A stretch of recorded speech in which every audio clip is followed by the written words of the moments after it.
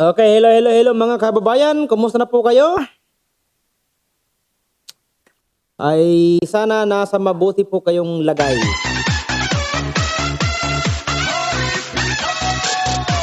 Andito po tayo ngayon para doon sa pinaka-topic po natin na kung saan itong si Claire Castro ay nag-uusok ang galit, ang ilong pala. Sa simpleng tanong, Sa simpleng tanong ng Net25, umusok na ang ilong agad. Hindi pa nga nagsisimula pa lang umusok na agad ang ilong, parang nagalit agad itong si Claire Castro. Hindi natin alam kung bakit siya nagalit dahil sa simpleng tanong lang na yun, di ba?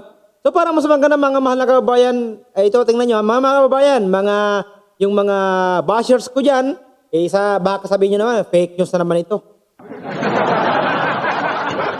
At baka rin sa mga anti-Duterte dyan at sa mga mahilig makisawsaw din. Makisawsaw. Sa politika ay mag-negative comment na naman kayo, ay okay lang yun.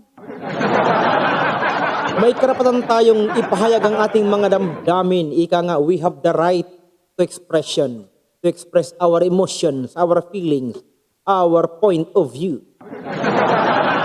Tingnan nyo, panoorin nyo na. Huwag na nating patagalin. Ito ang mukha at ang sagot ni Claire Castro sa tanong ng Net25 reporter. Pasok! Magpa-hair follicle test na siyang hinihingi po para matuldukan na itong issue po ng di umano'y paggamit ng ipinagbabawal na gamot ng ating Pangulo. Wala po kayong karapatan humingi sa Pangulo ng anuman demand patungkol sa hair follicle test. Nako po. Di ba? Wala kayong karapatan humingi sa umagdemand sa anumang sa Pangulo ng anumang hair follicle test. Sana all. Bakit, Attorney Claire? May mabubuking ba? Bakit, Attorney Claire? May sasabog ba? May lalabas ba ang baho?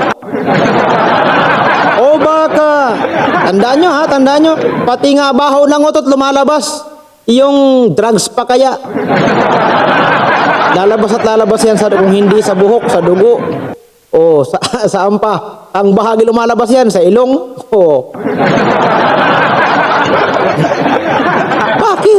Bakit? Wala bang karapatang magtanong ang taong bayan at i-demand ang Pangulo para mapatunayan niya na talagang siya ay hindi gumagamit ng pulburon? Bakit takot na takot itong si Attorney Claire? Bakit, Attorney? May mabubuking ba? May magpupositibo ba? May mabibisto ba? Yan sa mga supporters natin, sa mga bashers natin yan, baka sabihin nyo, fake news na naman, Charms TV, fake news. Alam nyo mga mahal na kababayan, talagang minsan nagkakamali tayo. Kaya pilit nating itinatama ang pagkakamali natin. Kaya ngayon, yan, si Claire Castro na ang Castro ang nagsabi, wala kayong karapatang mag-demand ng hair follicle test. Sana all. Palakpakan. Diba? Ito tuloy natin. Hindi banat pa lang, una pa lang umaapoy na. Ma'am, during the TRICOM sa Congress, na-mention yung pangalan ni former presidential spokesperson, Attorney Harry Roque, na nasa likod daw ng pagpapakalat ng pulveron video na allegedly ay si President Marcos. Nakarating na po ba to kay PBBM? Ano po yung naging reaction niya dito? Na isa si Attorney Roque daw. na Siya daw yung nagpakalat. nagpakalat. Hindi na to, bago.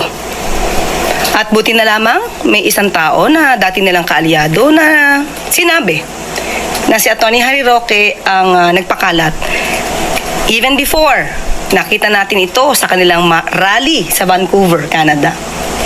Siya mismo, si Atty. Harry Roque, ang nag-utos pa sa ibang mga kaalyado nila na ipakalat. At sinabi pa nga niya, sigurado siya na ang Pangulo daw ang nasa video.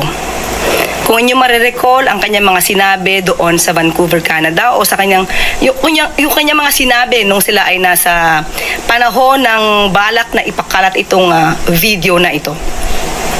At sa mga previous statements din niya, sa mga interview, sinabi niya nga na ang naging daan dito para sa video na ito ay ang kasama niyang si Maharlika. Pinasalamatan niya to na it was made possible by Maharlika, this video. So, hindi na po bago ito sa pananaw ng taong bayan kung sino ba talaga ang naging utak o ang nagpakal. Sabi niya nga na ang naging daan dito para sa video na ito ay ang kasama niyang si Maharlika. Pinasalamatan niya to na it was made possible by Maharlika, this video. So, hindi na po bago ito sa pananaw ng taong bayan kung sino ba talaga. Alam niyo mga mahal na kababayan, hindi naman issue kung sino ang nagpakalat nun, di ba? Buti nga kumalat. Ang pinaka-issue dito, gumagamit nga ba talaga ng polboron itong si PBBM? Yun lang napakasimpleng tanong, at bakit nyo i-deny at bakit nyo reject kayo ng reject dyan, refuse kayo ng refuse na magpa-hair follicle test nga itong si PBBM? Bakit ba? Gusto na ng taong bayan na malaman ang katotohanan, bakit nyo pinipigil?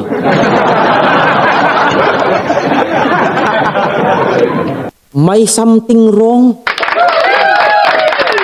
Oh, diba? Awkward. May something wrong talaga. Very something wrong. Nako. Oh, hindi issue kung sino nagpakalit doon. Ang pinaka-issue doon, gumagamit nga ba talaga siya ng polboron? Oo o hindi? Bakit ayaw magpa-hair follicle test? Magpa-positive ba o magni-negative? Kasi kung magni-negative, abay sige, ako. Sige.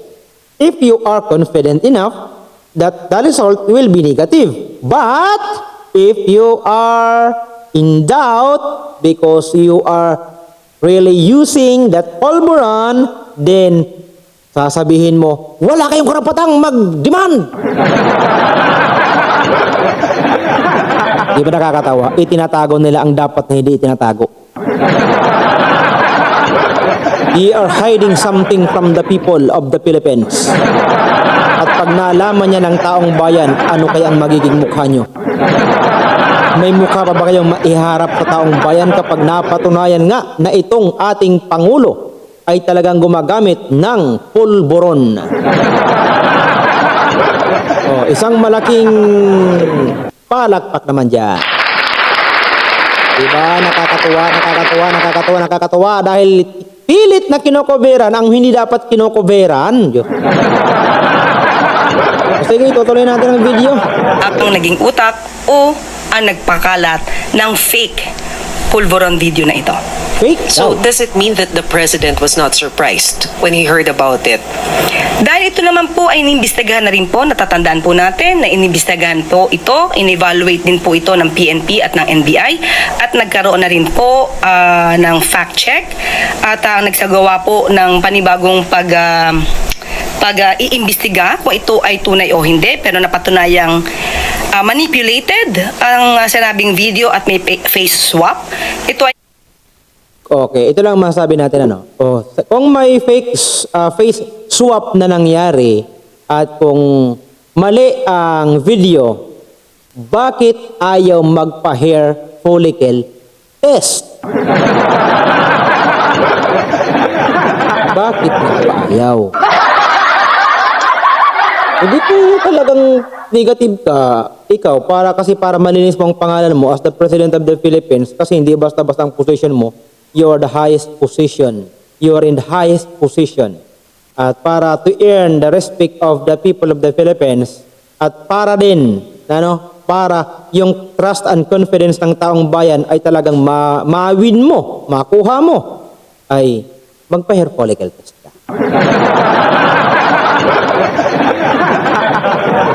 Simpleng tanong lang yun ng isang reporter, bakit agad nagalit? You have no right to demand that hair follicle test to our president because that video was a face swap fake video. Galing ah. Parang pwede na tayong maging announcer. Okay, tuloy natin.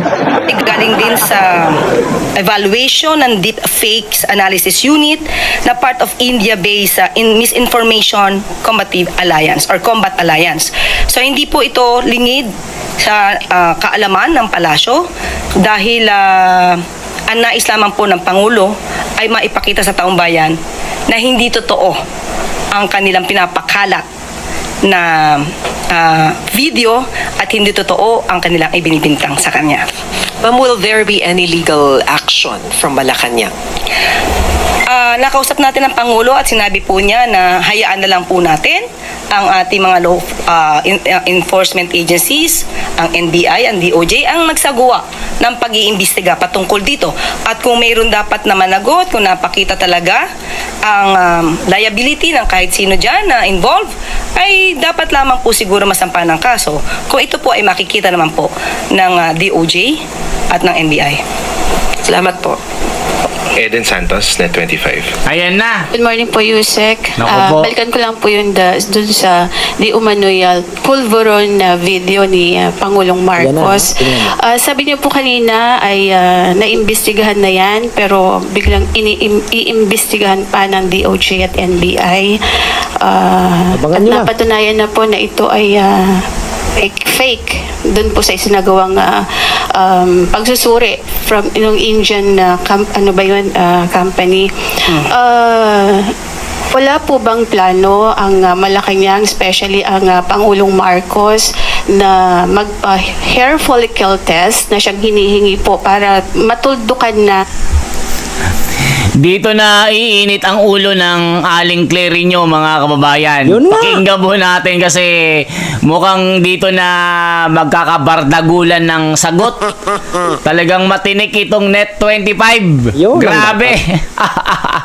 Oh, yan ang dapat. Kapag nagtatanong, diretsuhan tayo. At saka wag gawing uto-uto ang mga taong bayan. Ayan ha, tingnan nyo ha. Ito na 25. Oh, Iglesia ni Cristo ang nangunguna po dyan. Kaya tingnan nyo ha, mga kababayan, yung mga manguusig natin dyan at yung mga manguusig at mga bashers natin dyan. Shoutout sa inyong lahat.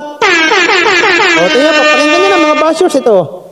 Ang galing ng Net 25. Kakaiba sa mga media, mga kababayan. Kakaiba sa mga kasama nilang reporter na puro pabango yung kanilang mga katanungan. Pero sa Net 25, walang sinasanto ito, mga kababayan. Ito Sa talaga. katotohanan lamang ito. Naku, pakinggan natin kung paano mag-init ang ulo ng inyong kumare. Thank you po. Eden Santos, Net 25. Yan Good na, morning yan na. po, Yusek. Balikan ko lang po yun dun sa Ayun natin. di umano'y pulveron na video ni Pangulong Marcos. Sabi niyo po kanina ay naimbestigahan na yan pero biglang iimbestigahan pa ng DOJ at NBI. At napatunayan na po na ito ay fake doon po sa isinagawang pagsusuri from yung Indian company. Wala po bang plano ang Malacanang, Ayan na. especially ang Pangulong Marcos, na magpa-hair follicle test na siyang hinihingi po para matuldukan na itong issue po ng di umano'y paggamit ng ipinagbabawal na gamot ng ating Pangulo? Sino po ba ang humihingi? Marami po sa ating mga kababayan Nag-iinit na ulo. sa social media na nagre-react dito po sa ipinapalabas na video na ito. Actually, parang na-die down na po ito before dahil nga sasabi nga na Malacanang it's a fake. Pero biglang nabuhay after po nung ginagawang investigasyon mismo ng Kongreso, ng Kamara. Kaya po muling lumabas itong video na ito. And sabi nga po nung vlogger na si Miss Pebbles Cunanan ay si Attorney Harry Roque, yung mastermind nitong video. Pero inamin naman ni Miss Maharlika, yung another vlogger, na parang siya yung nagbigay lang kay Attorney Roque. Kaya ang tanong ko po, sabi niyo sa social Ayan na. media hinihingi. Sino po in particular ang mabasasabi niyo sa akin na humihingi ng ganitong klaseng pag-test? Ang atin pong mga kababayan Sino na po in Madam particular? Yusek, Kung pwede napanood po niyo po, sigurong ikaw na po ba? Sige po. Kayo po ang humihingi? Okay. Para po masabi lang ninyo na mayroong humihingi. Pero Hindi. marami po sa social media So- kung kayo ay nagbabasa po sa SOCMED, Madam So, Yusek. isa ka nga sa humihingi. Ayan Kasi na. po gusto Sige, niyo tanong ko nga. Ang Isa ka ba? sungit na. Kasi we have to be specific on this. Nako, Isa umusok ka ba na ang sa ulo. humihingi? Umusok na nila. Umusok na sa galit. ang mga kababayan po natin. So, isa ka sa humihingi. Ayan na. Actually, I'm a journalist. Hindi Sige nga, naman po tanong ko ako humihingi. Pero parang gusto ninyo na meron lang kayong Basihan. basihan. Sino nga po? Kasi sabi niyo po kanina, ay napanood yun niya yata sa social Opo, media. Madam Sino po? Yusek, Sarcasm na syempre kami to. po ay mga Pilipino rin. As a journalist, gusto po namin na hindi fake news. Yun pong aming ibabalita sa taong bayan. Okay, so Yeah. humihingi po. Si Okay, si Attorney Vic Rodriguez, di ho ba Okay. matagal na rin naman niyang hinihiling niyang hair follicle test. Okay, tanong po natin. Ano po ba ang basihan para sa paghingi Dragon na ito. Iniiwas. sa Pangulo ang isang hair follicle test? Nako po, Ito po ba nagdadragon may na. pagbibintang na siya ay di umanong gumagamit ng illegal na droga? Kung may pagbibintang, liliwanagin po natin. Kung may pagbibintang sa Pangulo, yung nagbibintang ang dapat na magpatunay kung may ginagamit man o wala. Hindi po pwedeng gumawa ng kwento, walang basihan, isang guni-guni para masira ang Pangulo, at walang basihan. Kahit saan po na kaso, kung sino yung nagbibintang, siya ang magbigay ng pruweba. Hindi nyo pwedeng sabihin na, ito, gumagamit ka, patunayan mong hindi. Hindi po yon ang tamang logic. Kayo po na nagbibintang, kayong humihingi at nagdidiman sa Pangulo, Ikot-ikot kayo lang eh. muna ang magpatunay na mayroon siyang ginagawang mali. Kapag wala po kayo napatunayan, wala po kayong karapatan humingi sa Pangulo ng anuman demand patungkol sa hair follicle test. Thank Okay you po. Salamat. At dito po nagtatapos ang ating briefing. Maraming salamat, Malacanang Press Corps, at magandang umaga para sa Bagong Pilipinas. Di ba? Napansin nyo mga mahal na kababayan? Iniiwasan ni Atty. Claire Castro na talagang magkaroon ng hair follicle test itong si Ferdinand Marcos, si BBM. Bakit kaya? Gusto nyo palang mapatunayan na hindi talaga. O sabihin natin, talagang hindi gumagamit. O di, napakasimple ang sagot doon, magpa-hair follicle test. Para mapatunayan mo na hindi talaga gumagamit. Ikaw naman ang Pangulo, dapat alam mo rin. Kapag pinagbibintangan ka na, edi sasabihin mo, sige, magpa-hair follicle test tayo, parang kataong bayan natin. Ma-build ang trust and confidence sa atin, magpa-hair follicle test na ako. Halimbawa, ako sa PBBM. Sige, magpa-hair follicle test tayo. Ipakita natin sa buong sambayang Pilipino na hindi po tayo gumagamit ng ipinagbabawal na gamot. Pero baliktad po ang nangyari. Nung tinanong ni si Claire Castro, parang medyo uminit ang ulo. Diba? Medyo uminit. Sino ang humingi? Pinupuntir niya. Sinong individual? Specific daw. Ang sagot ng reporter ng Net25, marami na po ang humihingi. Social media, taong bayan, o particular na si Rodriguez, si Vic Rodriguez, o diba? Hinihingi. O. Pati yung mga kababayan natin humihingi. O sino bang hindi humihingi? Lahat naman tayo humihingi, o diba? Pero bakit ayaw ibigay ang hair follicle test? Bakit ba? may mabubunyag ba? May lalabas bang positive or negative? Yun lang naman. So kung wala talaga, kung negative ka, you are not afraid to undergo such hair follicle test. Because you know in yourself that the result will be negative. But, if you know within yourself that you are using that drug, hindi mo talaga gagawin yun. Bakit? Mabubuko ka eh. Totoo yun, mabubuko ka. Kaya naman, iwas na lang ng iwas itong kababayan po natin, lalo sa Yusek. Iniiwasan na lang niya na wag nang matuon doon. Iniiwasan talaga. Kaya, wala tayong magagawa kung ganun. Kaya alam niyo mga mahal na kababayan, kaya napakalaking question mark yan sa utak ng mga Pilipino. Kahit anong panggawing paliwanag ni Claire Castro hanggat hindi si President pagpa-hair follicle test, kaduda-duda.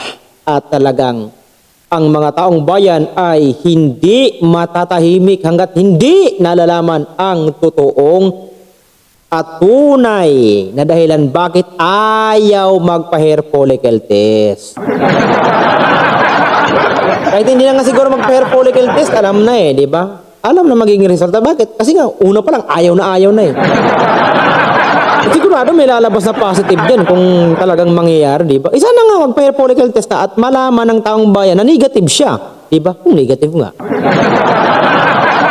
O sa mga bashers natin yan, sa mga nagsasabing fake news, o ito naman, sige, sabihin nyo nga, o sabihin nyo na si, encourage nyo na si President sa mga BBM supporters, encourage nyo na si Mr. President na mag-undergo na ng hair follicle test para mapatunayan niya talaga siyang totoo na hindi siya gumagamit ng polvoron. Ganun lang naman yun. Pero kung gumagamit si Mr. President, hindi titigil ang taong bayan na hihintay at hihingin sa kanya yan, magpa-hair follicle test ka na, Mr. President. Hindi lang magpa-hair follicle test, magpa-blood test. Ano pa yan? Blood kim? Ano pong tawag nyo? Urinary test? Ano pa? Hair follicle test? At napakaraming bang mga tests na yan para mapatunayan that you are drug-free. Shoutout sa lahat ng mga bashers natin dyan. Yun ang dapat yan na ano nyo. Dapat huwag tayong maging bias. Diba? Diba? Yan. Encourage nyo na. Sige na nga, Mr. President. Try nyo na. Huwag ka na magtago diba? Huwag mong itago ang katotohanan. Don't hide the truth. Because the truth will set you free. Okay, hanggang dito lang muna mga kaibigan at maraming salamat. Shoutout po sa lahat ng mga subscribers natin at mga followers natin. Maging sa lahat ng kababayan po natin sa abroad, sa Luzon, Visayas at Mindanao. Good afternoon po sa inyong lahat. Ang ating oras ngayon ay mag-aalas 2 na. Alas 2 ng hapon. Pero iwan ko lang kung anong pag-update nito. Shoutout po sa inyong lahat. Good day!